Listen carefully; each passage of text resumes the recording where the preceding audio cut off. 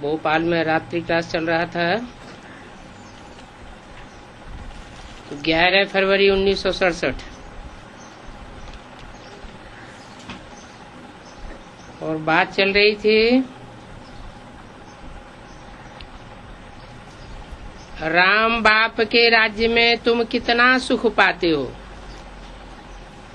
ऐसे बाप को याद करना चाहिए ना। भक्ति मार्ग में सब ईश्वर को वारिस बनाते हैं। ईश्वर अर्थ दान पुण्य करते हैं, तो ईश्वर अर्थ क्यों कहते हैं? समझते हैं ईश्वर देंगे, दूसरे जन्म में मिलेगा, तो उनको देते हैं। किस लिए देते हैं? वर्षा लेने के लिए। यहाँ भी डायरेक्ट ईश्वर को देते हो।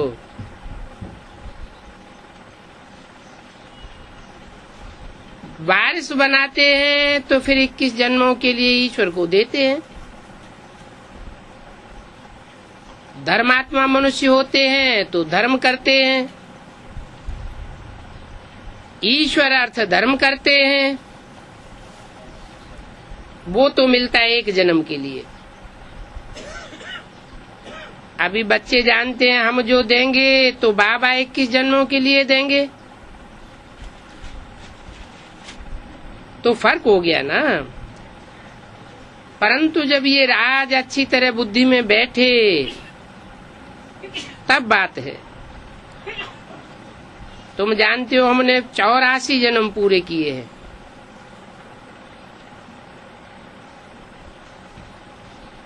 किन बच्चों से बात कर रहे हैं जिन्होंने 84 जन्म पूरे किए हैं। रावण ने तुमको पतित बना दिया,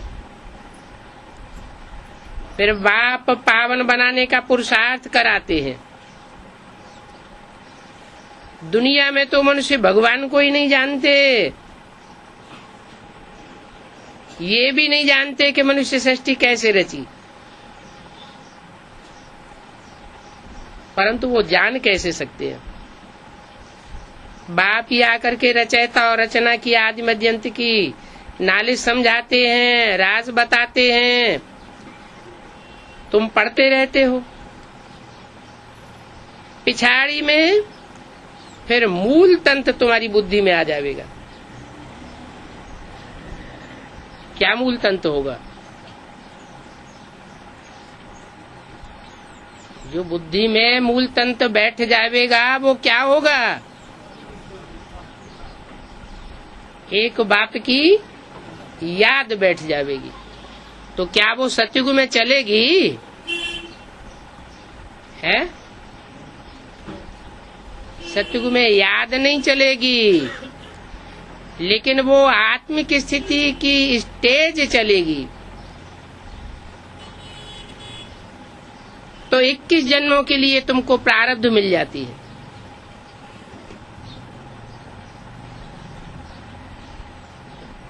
अगला रात्रि क्लास है 12/2/67 का। देही अभिमानी रहने का तो बहुत पुरुषार्थ करते हैं। आत्मा इन आर्गन सुधारा आत्माओं से बात करती है, और ऐसी रूरियान बाप ही आकर के सिखाते हैं। इस रूरियान में बहुत मेहनत है। तुम बच्चों को ऐसे ऐसे प्रैक्टिस करते रहना है। हम आत्मा ने 84 का पार्ट बजाया है। अब बाबा ने पावन बनने का 3रा नेत्र दिया। इसको कहा जाता है रूरियान। तो देह अभिमान निकल करके आत्मा अभिमानी हो जावे। आत्मा बात कर रही है। आत्मा कहती है बाप का हमको हुक्म मिला हुआ है।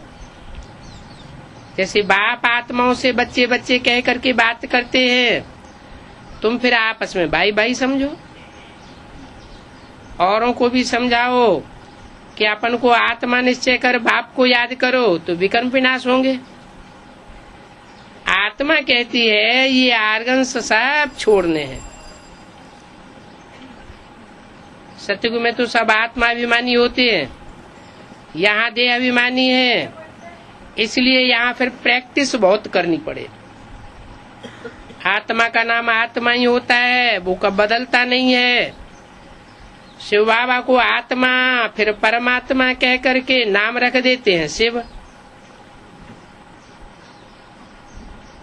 अपनी आत्मा का नाम तो आत्मा ही है, शरीर का नाम बदलता रहता है। तो ऐसे ऐसे तुमको विचार सागर मंथन करना होता है। मैं आत्मा इस शरीर से यह पार्ट बजाती हूँ, परंतु ये याद खिसकती रहती है, बार बार देहभान में आ जाते हैं। आत्माभिमानी बनने से पाप नाश हो जाते हैं, और फिर तुम अपन को ईश्वरीय संतान भी समझते हो, तो आयु भी बड़ी हो जाती है। आत्मा कहती है इस शरीर की बहुत संभाल करनी है, क्योंकि इन द्वारा नॉलेज मिलती है। ज्ञान का सागर तुम बन रहे हो, परंतु सागर तो एक ही होता है। तो तुम मास्टर सागर कहला सकते हो। इसको कहा जाता है विचार सागर मंथन करना, जिससे ज्ञान की पॉइंट्स निकलती है। ये निश्चय है अब ये शरीर छोड़ना है। नंगे आए हैं और नंगे वापस जाना है। ये बहुत प्रैक्टिस करनी पड़े, परंतु ये मुश्किल कोई प्रैक्टिस करते हैं। शरीर छोड़ा हुआ है, ऐसे देही अभिमानी होकर के रहना पड़े। आत्माभिमानी बनना है, फिर भविष्य में भी आत्माभिमानी बनेंगे। वहां देह की परवाह नहीं रहती। शरीरों को तो छूटना ही है। ऐसे ऐसे विचार सागर मंथन करने से अपनी भी उन्नति होती है, खुशी भी होती है। तो आत्माभिमानी होकर रहने से उन्नति बहुत होती है। बाप की भी याद आवेगी। ये पुराना चोला तो अब फेंक देना है और जाना है अपने घर। अभी तुम मेहनत करते हो, जितना इनाम तुमको विश्व की बादशाही में मिलता है उतना और किसी को नहीं मिलता, लेकिन मिलता है नंबरवार पुरुषार्थ अनुसार।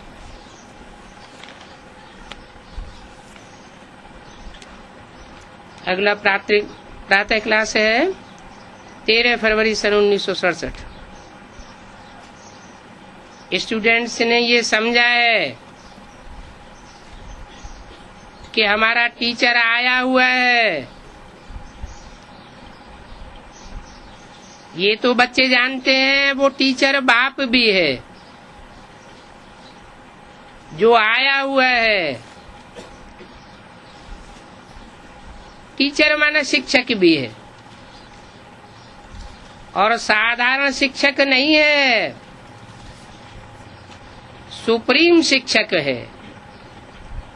ये बात बच्चों की स्मृति में है, परंतु बच्चों की स्मृति में भी नंबरवार पुरुषार्थ अनुसार है। कायदा कहता है कि जब एक बार जान गए कि ये टीचर है अथवा ये बाप है, गुरु है, तो फिर ये बात भूल नहीं सकते हैं।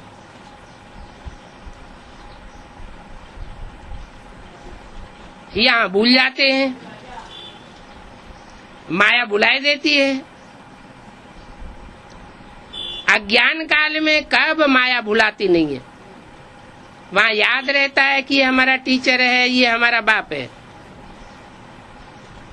बच्चे कभी भूल नहीं सकते कि ये हमारा बाप है और उनका ये ऑक्यूपेशन है। बच्चों को तो खुशी रहती है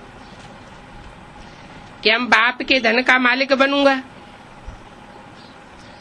बल खुद भी पढ़ते हैं, परंतु बाप की प्रॉपर्टी तो मिलती है ना। यहाँ भी तुम पढ़ते तो हो, बाप की प्रॉपर्टी भी मिलती है, क्योंकि तुम राजयोग सीख रहे हो, बाप द्वारा राजयोग सीखते हो। निश्चय हो जाता है कि मैं बाप का बच्चा हूं और बाप ही हमको सदगति का रास्ता बता रहे हैं। तो ये बातें भूलनी नहीं चाहिए, परंतु यहाँ माया भुलाए देती है। जो बाप सुनाते हैं वही बच्चों को सुनाना चाहिए, लेकिन होता क्या है, बाप जो सुनाते हैं अगर आत्मिक स्थिति में रहे तो सुनाते रहे, लेकिन माया वायलोरा डाल देती है, देह भान में आ जाते हैं और उसमें अपनी मनमत मिक्स कर देते हैं। ये जो बंदरों को दिखाते हैं, hear no evil, see no evil, talk no evil, तो ये बंदरों की बात नहीं है तो ये मनुष्यों की बात। बाप कहते हैं ये आसुरी बातें मत बोलो, मत सुनो, मत देखो, क्योंकि आसुरी बातें तो बहुत आवेंगी। कौन सी बातें नहीं सुननी है। बाप के लिए तो कहते हैं कि सर्वव्यापी है, ठिक्कर बित्तर में है, परंतु तुम ऐसी बातें बिल्कुल मत सुनो। न सुनेंगे तो बोलेंगे भी नहीं। ये तो बाप का बहुत डिसरिगार्ड करते हैं। क्या कि बाप है एक व्यापी और उसको अनेकों में व्यापक बनाई देते हैं। आगे से हियर नो इविल, पहले बंदरों का मिसाल बनाते थे, अभी मनुष्यों का भी बनाते हैं। तुम्हारा भी ये नलिनी का चित्र बनाया हुआ है। तो बाप कहते हैं ये ग्लानि की बातें मत सुनो। बाप कहते हैं सबसे जास्ती मेरी ग्लानि करते हैं। कौन? जो बाप के पाठ में अनिश्चय बुद्धि बनाते हैं। बाप कहते हैं मैं हूं एक व्यापी, लेकिन एक व्यापी को वो सर्वव्यापी बनाते हैं। तुमको मालूम है कृष्ण के भक्त जो होते हैं वो कृष्ण के आगे धूप जगाते हैं, तो राम के भक्त राम का नाक बंद कर देते हैं। एक दो की बदबू बास भी अच्छी नहीं लगती। आपस में जैसे दुश्मन हो जाते हैं। कौन? राम के भक्त और कृष्ण के भक्त। अब तुम तो जानते हो क्या कि राम कृष्ण में आपस में तो लड़ाई होती नहीं है। बाप दादा ने हमें बताया हुआ है कि तुम बाप दादा को अलग अलग करते हो, वो दोनों मिलकर के फिर एक हो जाते हैं।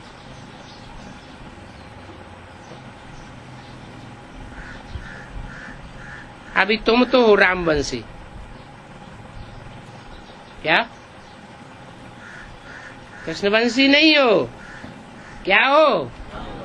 तुम हो रामवंशी। किससे बात करते हैं?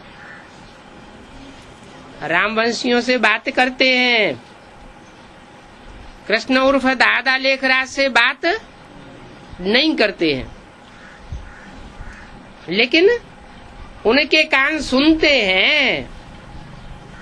वो बीच में सुन लेते हैं। इसलिए मुरली में बोला, मैं तुमसे बात करता हूँ, तुम बच्चों से बात करता हूँ, और ये बीच में सुन लेता है। तो बात किससे की जाती है? हैं? बात उससे की जाती है जो काम पूरा करे। लेकिन बीच में जो सुन लेता है उससे बात करने का लक्ष्य नहीं है। क्यों? ब्रह्मा को बाबा बेबी कहते हैं, तो बेबी बुद्धि होने के कारण वो काम पूरा नहीं कर सकता। दुनिया तो सारी रावण वंशी है। अरे तुम राम वंशी हो, कृष्ण वंशी नहीं हो। कृष्ण वंशी नहीं हो इतना कहना तो ठीक है, लेकिन सारी दुनिया रावण वंशी है और तुम राम वंशी हो। इसका मतलब कि यज्ञ के आदि में तुम रामवंशी थे और तुमने यज्ञ छोड़ दिया। रामवंशियों ने यज्ञ छोड़ा, फिर कौन कौन बचे? हैं? कृष्णवंशी बचे और कोई नहीं बचे। इस्लामी, बौद्धि, क्रिश्चियन आदि सारे ही तो बचे। और किसकी रहबरी में पलते रहे? कृष्ण की रहबरी में पलते रहे। तो सारे कौन वंशी हो गए? हैं? सारे ही रावण वंशी हो गए। जब नई दुनिया बनेगी तो कौन से वंशी बचेंगे? हैं? सिर्फ सूर्यवंशी बचेंगे। कृष्णवंशी भी नहीं बचेंगे। वो जन्म लेंगे लेकिन बचेंगे नहीं। तो सारी दुनिया रावण वंशी है। यहाँ कोई धूप आदि जगाने की बात नहीं है। क्या बात है फिर? तुम जानते हो बाप को सर्वव्यापी कहने से कितना दुर्गति को पाया है। कह देते हैं ठिक्कर में है, भीतर में है, सब में परमात्मा है। ठिक्कर भीतर माना जिनको ठोकर लगे, थोड़ी सी माया की ठोकर लगती है और ज्ञान में से टूट पड़ते हैं। भीतर माना भीत, दीवाल। ज्ञान के रास्ते में दीवाल बन करके अड़ जाते हैं। न खुद आगे बढ़ते हैं और न दूसरों को ज्ञान सुनने देते हैं। ऐसों में परमात्मा व्यापक बनाई दिए। कहते हैं ना, तुम्हारी तो ठिक्कर बुद्धि है। ठिक्कर बुद्धि होने से फिर कह देते हैं ठिक्कर भीतर में भगवान है। कौन कहेंगे? जो खुद ठिक्कर भीतर होंगे वो ही कहेंगे कि ठिक्कर भीतर में भगवान है। अब ठिक्कर भीतर में कोई आत्मा थोड़े ही होती है कि भीत में दीवाल में आत्मा होती है। मुसलमानों में क्या दिखाते हैं? काबा में संग या शब्द बनाया हुआ है, वहां ले जाकर के शिवलिंग का पत्थर दीवाल में जड़ दिया है।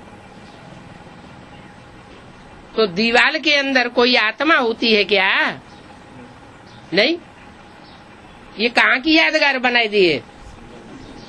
हैं? क्या संगम युग की यादगार? कि यहाँ कोई भीतर बुद्धि आत्मा होगी जो दीवाल बन करके खड़ी होती है, अपने सारे फॉलोअर्स को ज्ञान सुनने नहीं देती। वो बुद्धि ठीक कर बुद्धि कही गई है।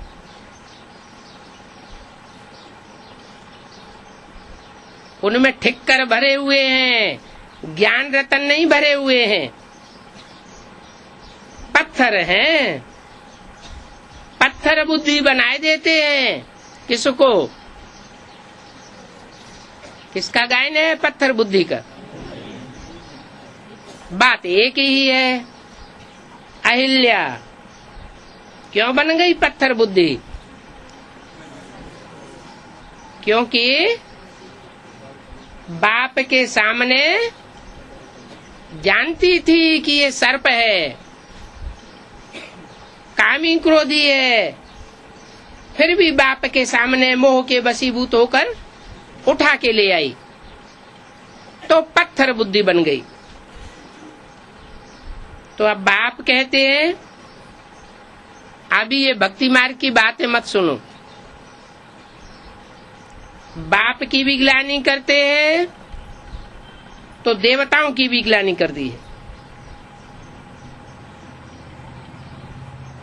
ऐसी बातें तुम ना सुनो, न सुनो और न दूसरों को सुनाओ। ये बातें बेहद का बाप बैठ करके समझाते हैं। बाप को ही याद करना पड़े। बाप कहते हैं मैं जो हूँ और जैसा हूँ मुझे यथार्थ रीति से समझो। मुझे कोई भी नहीं जानते। तुम बच्चों में भी नंबरवार जानते हैं।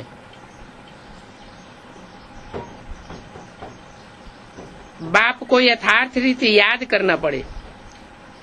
जानेंगे तभी तो याद करेंगे। वो बाप भी तो इतनी छोटी सी बिंदी है। इन छोटी सी बूंदी में सारा पार्ट भरा हुआ है। तो यथार्थ रीति बाप को जान करके और याद करना है। अपने को भी आत्मा समझना है। भले हम बच्चे हैं, परंतु ऐसे नहीं कि बाप की आत्मा बड़ी है और हमारी आत्मा छोटी है। बड़ी क्यों बनाई दी? शिवलिंग बड़ा बनाते हैं और शालिग्राम छोटे छोटे बनाए देते हैं। ये यादगार ऐसे क्यों बनाई है? क्योंकि बड़ा काम किया है तो बड़ा लिंग बनाई दिया है। छोटा काम किया है तो शालिग्राम छोटा बनाई दिया। बल बाप नॉलेजफुल है, नॉलेजफुल है, परंतु आत्मा कोई छोटी बड़ी नहीं होती है। तुम्हारी आत्मा भी तो नॉलेज रहती है ना, परंतु तुम्हारी आत्मा में नंबरवार रहती है। कोई भी स्कूल में नंबरवार पास होते हैं, 0 नहीं होते। कुछ न कुछ कम मार्क्स ले लेते हैं। बाप कहते हैं मैं जो तुम्हारा ये है, मैं जो तुमको ये ज्ञान सुनाता हूँ, ये तो प्रायः लोप हो जाता है। क्यों लोप हो जाता है?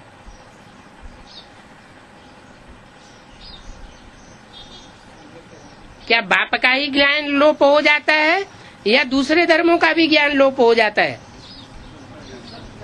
सब का ज्ञान लोप हो जाता है। क्यों लोप हो जाता है? नहीं, क्योंकि विनाश एक ऐसा एक्सीडेंट है, बड़ा एक्सीडेंट, कि जिसके बाद कुछ भी याद नहीं रहता। जो आत्म की स्थिति की प्रैक्टिस कर लिए है बस वो याद रहती। जैसे लौकिक दुनिया में कोई को हेमरेज हो जाता है या एक्सीडेंट कोई ऐसा हो जाता है तो आगे के जीवन में कुछ भी याद नहीं रहता। तो ये ज्ञान भी प्रायः लोप हो जाता। फिर भी देखो चित्र आदि तो रहते हैं ना, शास्त्र भी भक्ति मार्ग में बनावेंगे। चित्र कहाँ रहते हैं? सतयुग त्रेता में लक्ष्मी नारायण राम सीता के चित्र तो रहेंगे, लेकिन वहां ज्ञान नहीं रहेगा। बाद में जो शास्त्र बनाते हैं चित्रों के आधार पर, द्वापर युग में पहले क्या बनाते हैं? पहले शास्त्र बनाते हैं कि पहले चित्र बनाते हैं? पहले भित्ति चित्र बनाए जाते। अजंता, एलोरा, एलिफेंटा की गुफाएं तैयार होती हैं और उनमें भित्ति चित्र तैयार होते हैं। उन चित्रों के आधार पर बाद में फिर शास्त्र तैयार होते हैं, 100-200 साल के बाद। लेकिन उस भक्ति मार्ग में जो भी शास्त्र हैं उनमें सब गपोड़े भरे हुए। माना जो भित्ति चित्र थे उनमें फिर भी सच्चाई थी। चित्रकारों ने अपनी भावना से ओतप्रोत हो करके जो चित्र बनाए, उन चित्रों में सच्चाई थी। माने द्वापर युग के आदि में जो भी शास्त्र आदि होते हैं, चित्र आदि होते हैं, उनमें सच्चाई होती है। बाद में उनका इंटरप्रिटेशन बदलता जाता है। अभी तो देखो गपोड़े ही गपोड़े हैं। ईश्वर को सर्वव्यापी कहना ये कितनी बड़ी ग्लानि की बात है। द्वापर के आदि में जो वेद बनाए गए, उन वेदों में भी एक ऋचा है, हे ईश्वर हम तुमको पहले सर्वव्यापी नहीं समझते थे, अभी सर्वव्यापी समझते हैं। तो उससे क्या साबित होता है कि द्वापर के आदि में भगवान को वह सर्वव्यापी नहीं समझते थे। ऐसी बातें सुनने से हमें कान बंद कर देना चाहिए। क्यों? कान क्यों बंद कर देना चाहिए? क्या? अरे हर जगह भगवान ही भगवान दिखाई पड़ेगा, हर्जा क्या है? हैं? हाँ, हर जगह भगवान दिखाई पड़ेगा तो सब भगवानों की बात माननी पड़ेगी। एक ही भगवान दिखाई पड़ेगा तो एक की ही बात मानेंगे, एक की ही याद करेंगे। एक की याद करने से बुद्धि सात्विक बनेगी। अनेकों का ज्ञान सुनने से ज्ञान व्यभिचारी बन जाएगा। तो बाप आत्माओं को कहते हैं हियर नो इविल। इस आसुरी दुनिया को क्या देखना है? इस चीज दुनिया से आंखें बंद कर लेनी है। अभी आत्मा को स्मृति आ गई है कि ये तो पुरानी दुनिया है, बाप आए हैं नई दुनिया की स्थापना करने।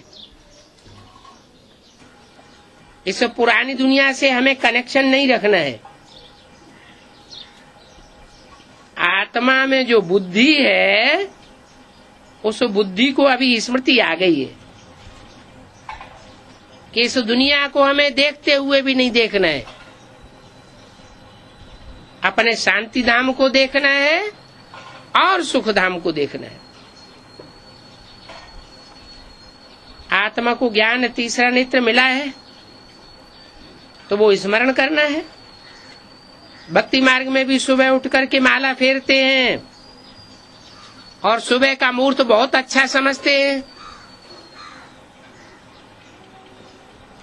तुम्हारा है ब्राह्मणों का मुहूर्त, ज्ञान की बातें करना। जो फिर भक्ति मार्ग में चलती रहेंगी, यहाँ तुम्हारी बुद्धि में जो बातें चलती हैं वो ही बातें फिर भक्ति मार्ग में भी उगरती रहेंगी। यहाँ जितनी मनमत मिक्स करते रहेंगे वहां भी उतनी मनमत मिक्स करेंगे। ब्रह्मा भोजन की भी महिमा है। ब्रह्म भोजन नहीं है, ब्रह्मा भोजन है। तुमको भी कोई ब्रह्मा कुमारियों के बदले ब्रह्म कुमारियां कह देते हैं। समझते नहीं हैं कि ये ब्रह्मा के बच्चे हैं। ब्रह्म को वो भगवान समझते हैं, तो कह देते हैं ब्रह्म कुमार, ब्रह्म कुमारी। अरे ब्रह्म तो तत्व है, ये जड़ तत्व है, ये रहने का ठिकाना है। उनकी क्या महिमा होगी? महिमा तो चैतन्य की होती है, जड़त्व की तो महिमा नहीं होती। 13 फरवरी सन 1967 की वाणी का दूसरा पेज। मनुष्यों की बुद्धि बिल्कुल भ्रष्ट हो गई है। क्यों भ्रष्ट हो गई है? कोई कारण होगा ना। कारण बताया कि उनकी पैदाइश ही भ्रष्टाचार से होती है, इसलिए उनकी बुद्धि भ्रष्ट हो गई है। और तुम्हारी बुद्धि श्रेष्ठ होती जाती है। क्यों? क्योंकि तुम्हारी पैदाइश मुख वंशावली की है। श्रेष्ठ इंद्रियों से तुम्हारी पैदाइश होती है, इसलिए तुम श्रेष्ठाचारी बनते जाते हो। श्रेष्ठाचारी और भ्रष्टाचारी ये कहा तो जाता है ना। क्यों कहा जाता है? भ्रष्ट इंद्रियों से जन्म लेते हैं तो भ्रष्टाचारी कहा जाता है। श्रेष्ठ इंद्रियों से देवताएं जन्म लेते हैं तो उन देवताओं को श्रेष्ठाचारी कहा जाता है। अभी भक्ति मार्ग में देखो कितनी ग्लानि करते हैं। बाप भी आकर के उलाहना देते हैं कि तुम एक तरफ पूजा भी करते हो उन्हीं देवताओं की, और दूसरी तरफ सबकी ग्लानि भी करते जाते हो। या तो पूजा न करो और या तो ग्लानि न करो। फिर ऐसा क्यों करते हैं? हैं? पूजा भी करते हैं फिर ग्लानि भी करते हैं, ऐसे क्यों? क्या कारण है?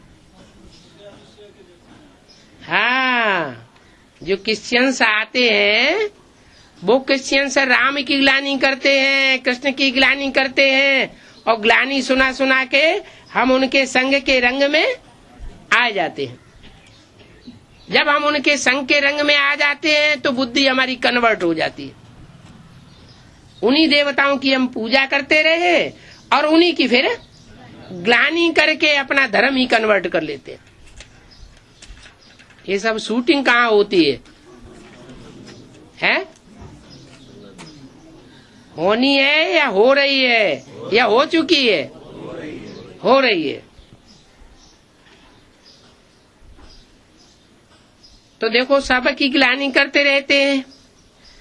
ग्लानि करते करते तमो प्रधान बन गए। देवताओं की ग्लानि न की होती, भगवान की ग्लानि न की होती तो इतने तमो प्रधान नहीं बनते। अभी देखो कितने तमो प्रधान बन गए हैं। तुम उनको सच्ची बात सुनाओ तो कान बंद कर लेंगे। जैसे कि सुनते हुए भी नहीं सुनते।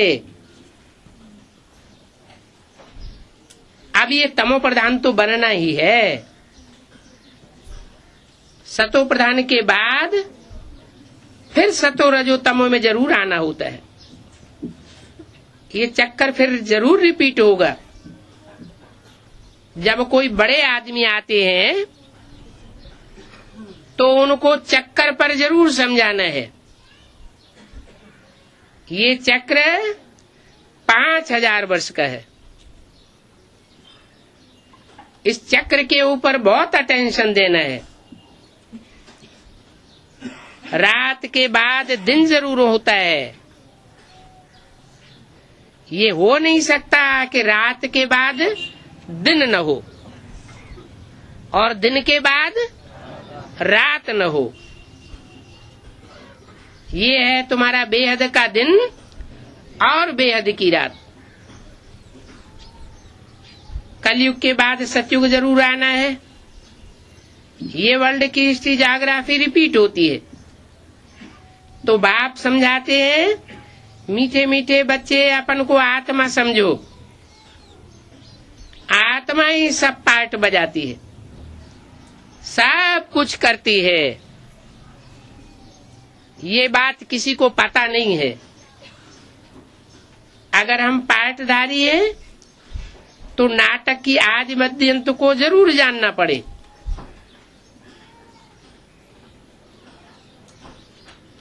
आदि मध्य अंत में हमारा पार्ट क्या है वो भी बुद्धि में बैठ जाएगा। वर्ल्ड की हिस्ट्री ज्योग्राफी रिपीट होती है तो ये जरूर ड्रामा ठहरा। ड्रामा के जो एक्टर्स होते हैं उनको अपना पार्ट याद रहता है ना। कोई कोई तो अपना पार्ट भी याद कर लेते और दूसरों का पार्ट भी याद रहता है। दूसरों को भी इशारा देते कि ऐसे नहीं बोलो, ऐसे नहीं करो, ऐसे करो। तो ये ड्रामा है। सेकंड बाय सेकंड वो रिपीट होगा। जो पास्ट हो गया है वो ही रिपीट होना है। ये बातें और कोई समझा नहीं सकता। कम बुद्धि वाले हमेशा नापास होते हैं।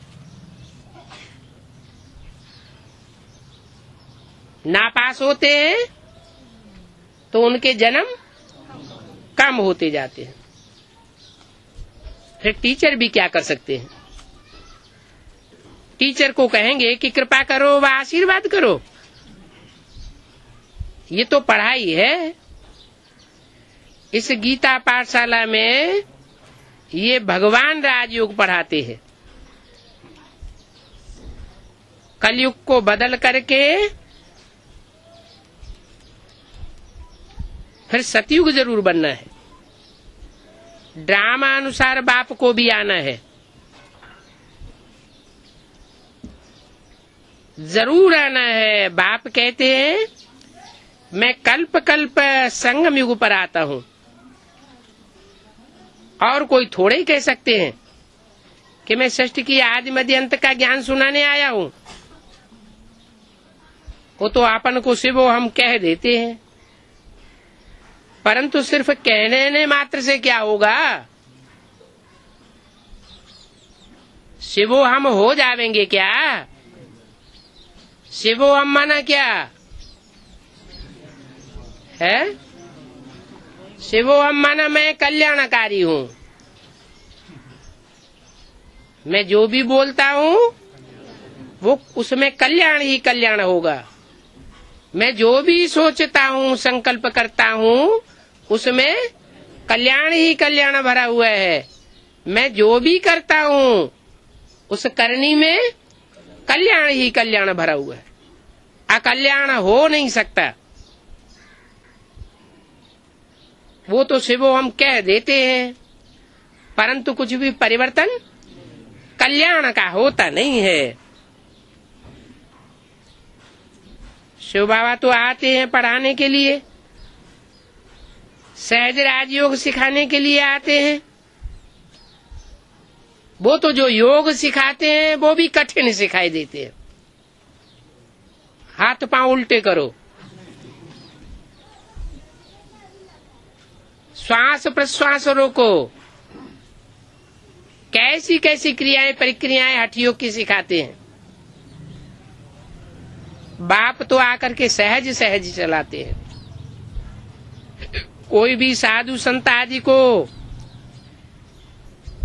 शिव भगवान नहीं कह सकते हैं, ऐसे बहुत कहते हैं। हम राम हैं, हम कृष्ण हैं, हम लक्ष्मी नारायण हैं। कहाँ कहते हैं? 2500 वर्ष के ड्रामा में। यहाँ संगम युग में भी ऐसे बहुत निकल पड़े हैं जो कहते हैं हम कृष्ण हैं, हम राम सीता हैं। औरंगाबाद के पास विधुना गांव, उसमें एक भाई है, 9 दिन की भट्टी कंपिल से करके गया और वहां जाके एडवर्टाइजमेंट कर दिया कि मैं गुफा में 9 दिन तपस्या की, उसके बाद मुझे ज्ञान प्राप्त हो गया। ज्ञान क्या प्राप्त हो गया? मैं राम हूं और मेरी युगल सीता है। और गीता पाठशाला खोल के बैठ गया। और जो भी आत्माएं तैयार होती हैं उनको माउंट आबू ले जाता है।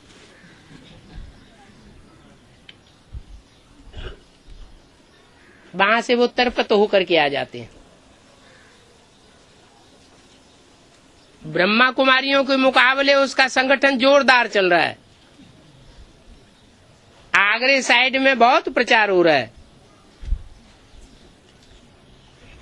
तो बोला ऐसे बहुत हैं जो कहते हैं हम कृष्ण हैं, हम राम सीता हैं, हम लक्ष्मी नारायण हैं। अब कहाँ तो वो श्री कृष्ण सतयुग का प्रिंस, 16 कला संपूर्ण, और कहाँ ये कलयुगी पतित मनुष्य।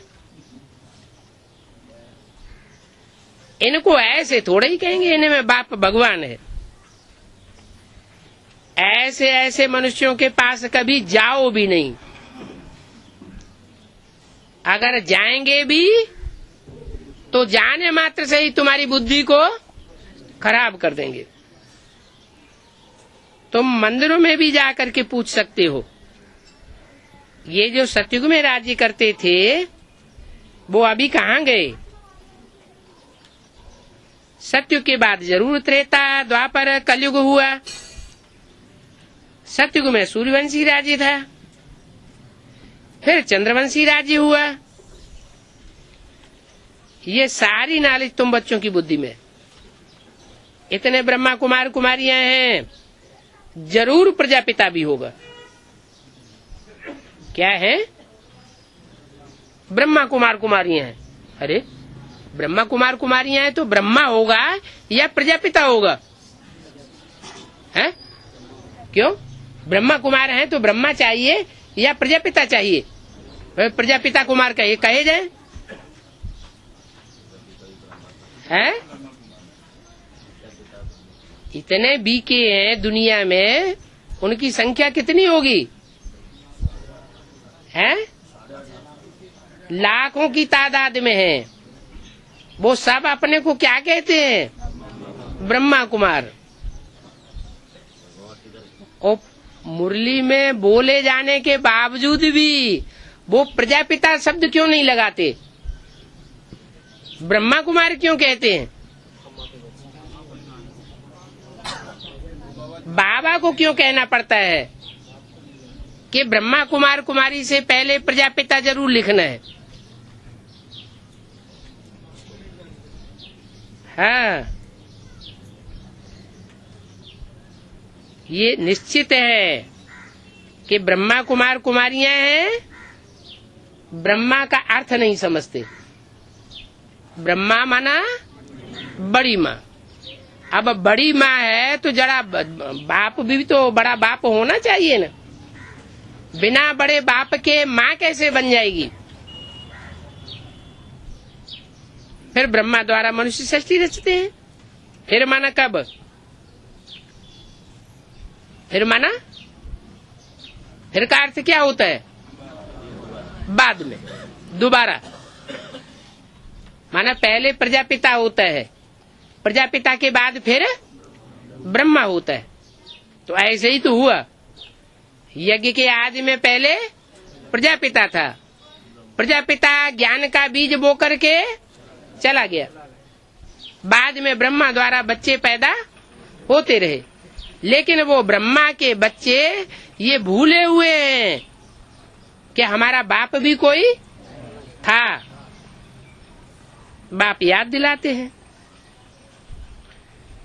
कि ब्रह्मा द्वारा मनुष्य सृष्टि रची जाती है, परंतु ब्रह्मा को क्रिएटर नहीं कहेंगे। क्या ब्रह्मा क्रिएशन है या क्रिएटर है? ब्रह्मा भी क्रिएशन है। किसकी क्रिएशन है? प्रजापिता की क्रिएशन।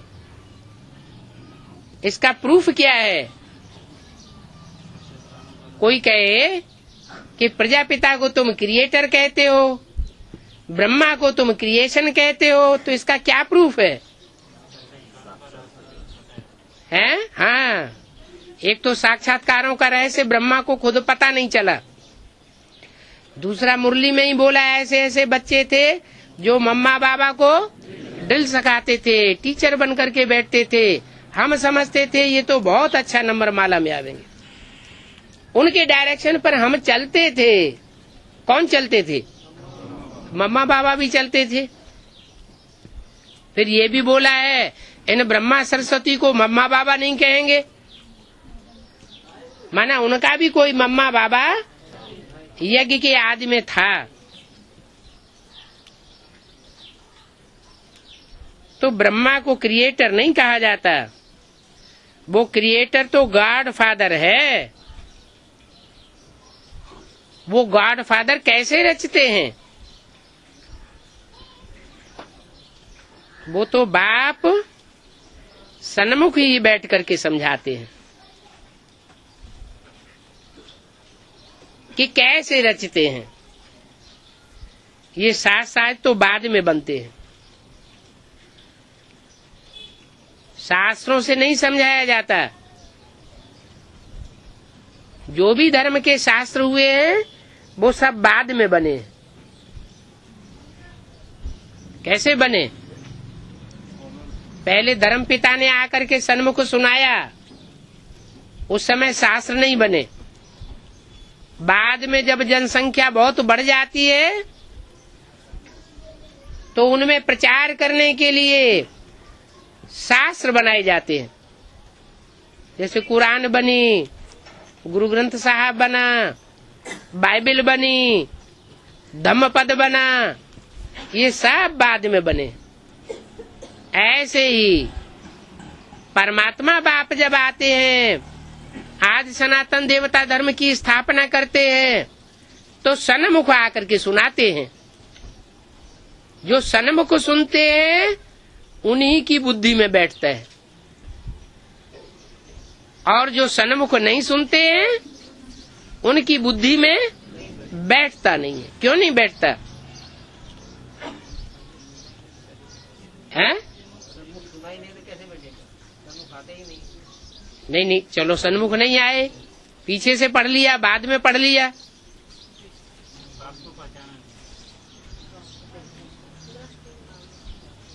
बाप को पहचाना नहीं है? हाँ, जिनके 84 जन्म होते ही नहीं है, जिनके 84 जन्म होते हैं वो ही वास्तव में सन्मुख आकर के सुनते हैं। जिनके 84 जन्म होने नहीं है वो सन्मुख आकर के सुनते भी नहीं है, समझते भी नहीं है। तो ये साथ साथ सब बाद में बनते हैं। क्राइस्ट ने जैसे समझाया, उनका बाद में बाइबल बन गया, बाद में बैठ करके गायन करते हैं। अब क्राइस्ट का क्या गायन करेंगे? वो कोई गुरु मैसेंजर नहीं है। गति सदगति कोई 5-7 की नहीं होती है। वो गति सदगति करने वाला सर्व का सदगति के दाता गाया हुआ है। वो सर्व का लिबरेटर एक है। वो पतित पावन बाप गाया हुआ है, उनको ही सब याद करते हैं।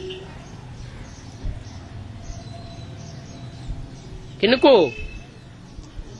उनको याद करते हैं। माना इनको ब्रह्मा को याद नहीं करते। ब्रह्मा को किस लिस्ट में डाल दिया है? धर्म पिताओं की लिस्ट में डाल दिया।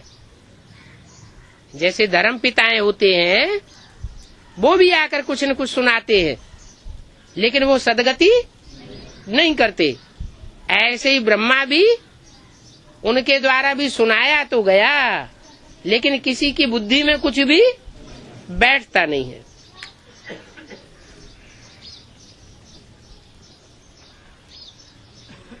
उन गॉड फादर को याद करते हैं, हे गॉड फादर रहम करो। ऐसे नहीं कहेंगे कि हे क्राइस्ट रहम करो, क्योंकि फादर तो एक ही होता है ना।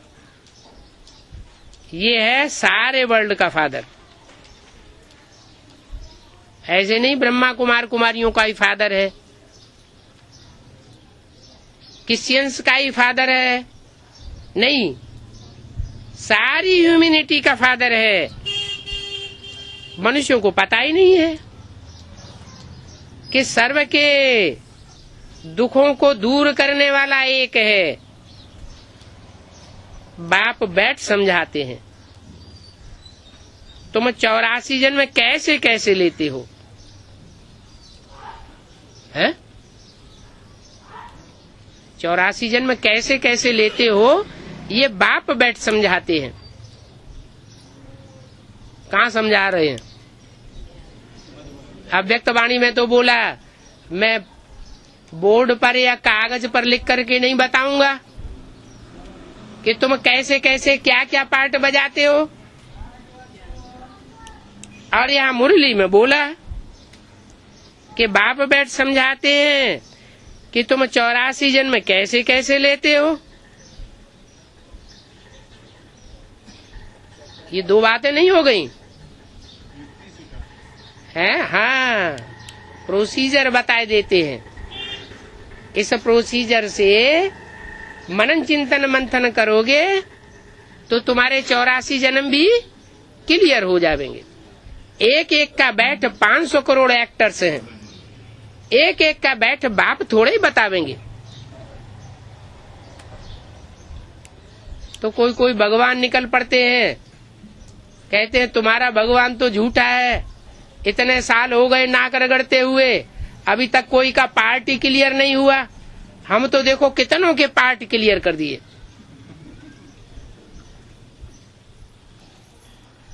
नशा ही चढ़ जाता है। कोई समझते हैं हम कावेरी हैं, कोई समझते हैं हम गंगा हैं, कोई का क्या पार्ट, कोई का क्या पार्ट डिक्लेयर करते रहते हैं।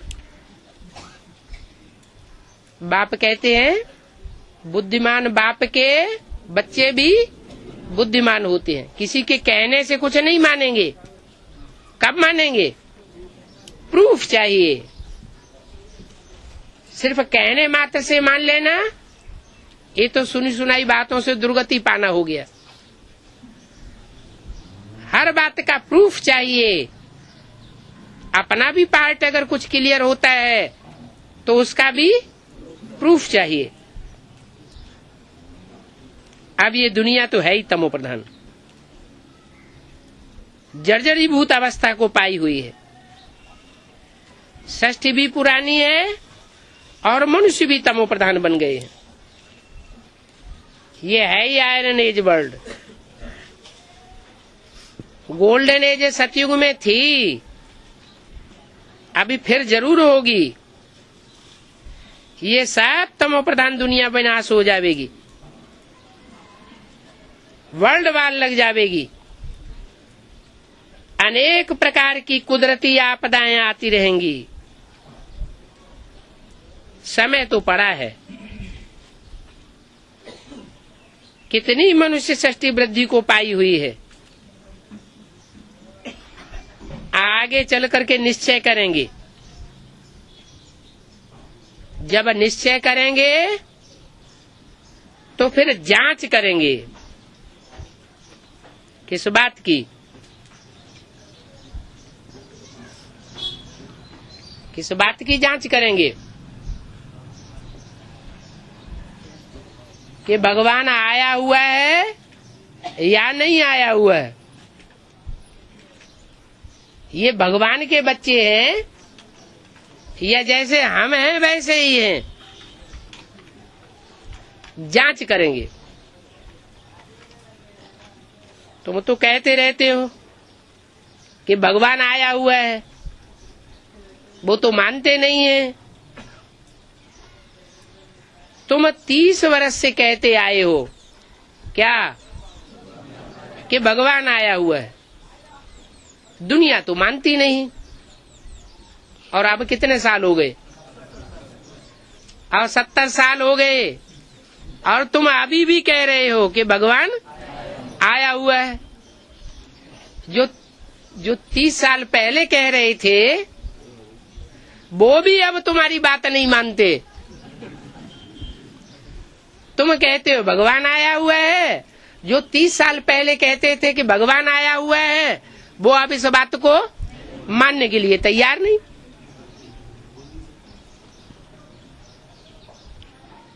तुम चैलेंज करते हो क्या कि भगवान आया हुआ है। ब्रह्मा द्वारा एक आदि सनातन देवी देवता धर्म की स्थापना अभी प्रैक्टिकल में हो रही है। तुम शोर तो बहुत मचाते हो,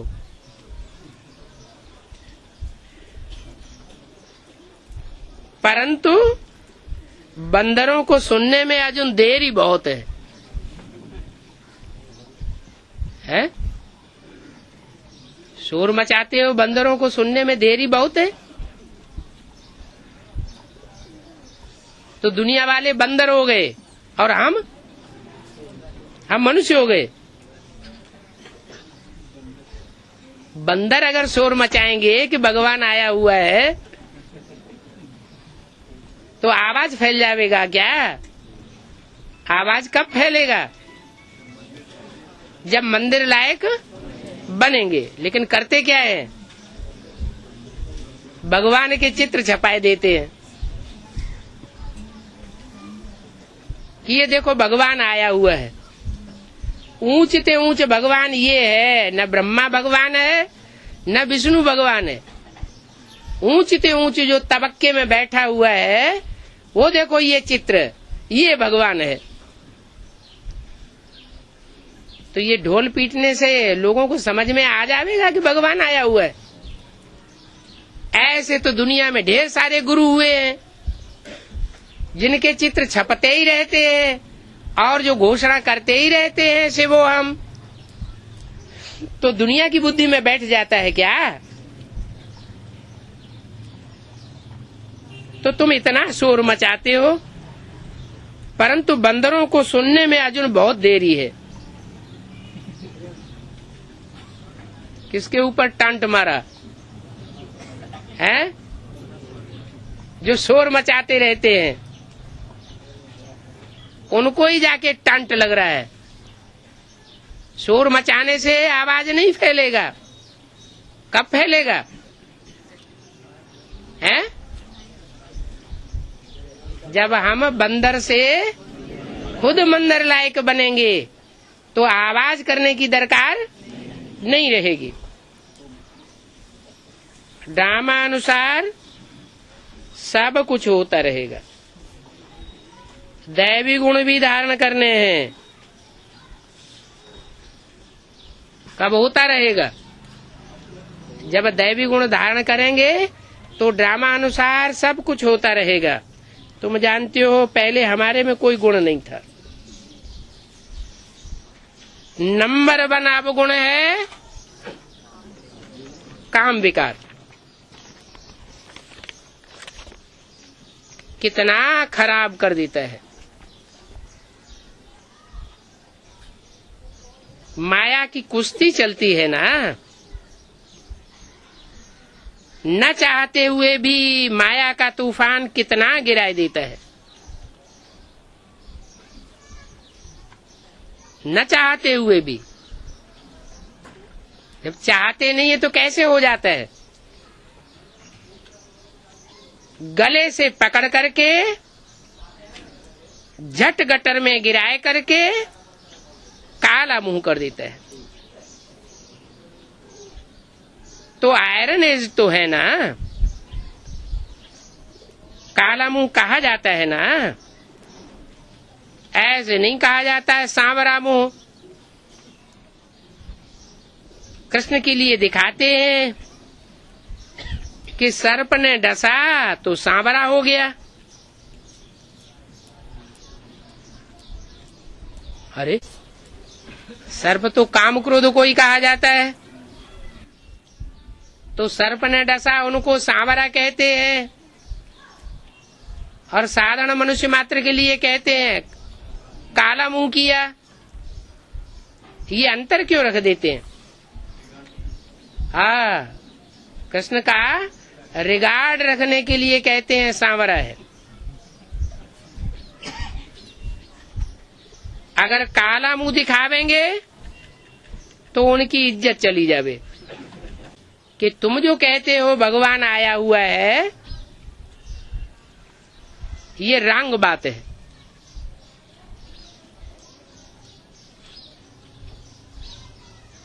क्योंकि काले शरीर में भगवान खुद आते हैं, तो काले शरीर में आकर के संसार की बुद्धि में ये बैठ जाएगा कि भगवान आया हुआ है। कब बैठेगा? जब कलमुहा खुद गोरा बने, श्याम से सुंदर बने, तो बाप कहते हैं मुझे याद करो। क्या? इसे सबको याद न करो, सबको याद न करो, किसको याद करो? शिव को याद करो, तो तुम्हारे विक्रम विनाश हो जाएंगे और तुम विश्वपुरी के मालिक बन जाएंगे। होता क्या है? 63 जन्मों से देहधारियों से प्रीति लगाने की टेव पड़ी हुई है। तो जिस पतित तन में, चाहे वो कृष्ण का हो, चाहे वो राम का अंतिम चोला हो, उसमें जब शिव प्रवेश करते हैं तो लगाव किससे लग जाता है? शिव की आत्मा से लगाव लगता है या देहधारी आत्मा से लगाव लग जाता है? लगाव किससे लग जाता है? शिव से, सबसे लगाव लग जाता है। तो देहधारी से लगाव लगने के कारण जो राम और कृष्ण के भगत हैं वो फिर एक दूसरे की नाक बंद कर देते हैं, आपस में लड़ाई लड़ते रहते हैं, जबकि ये लड़ाई लड़ने की दरकार नहीं है। ये ज्ञान की बातें हैं, समझने की बातें हैं। क्या? चाहे राम हो और चाहे कृष्ण हो, दोनों ही मिलकर के जो पार्ट बजाते हैं वो हीरो हीरोइन का पार्ट है। उन दोनों के पार्ट से ही भगवान साबित होगा, नहीं तो भगवान साबित नहीं होता है। ओम शांति।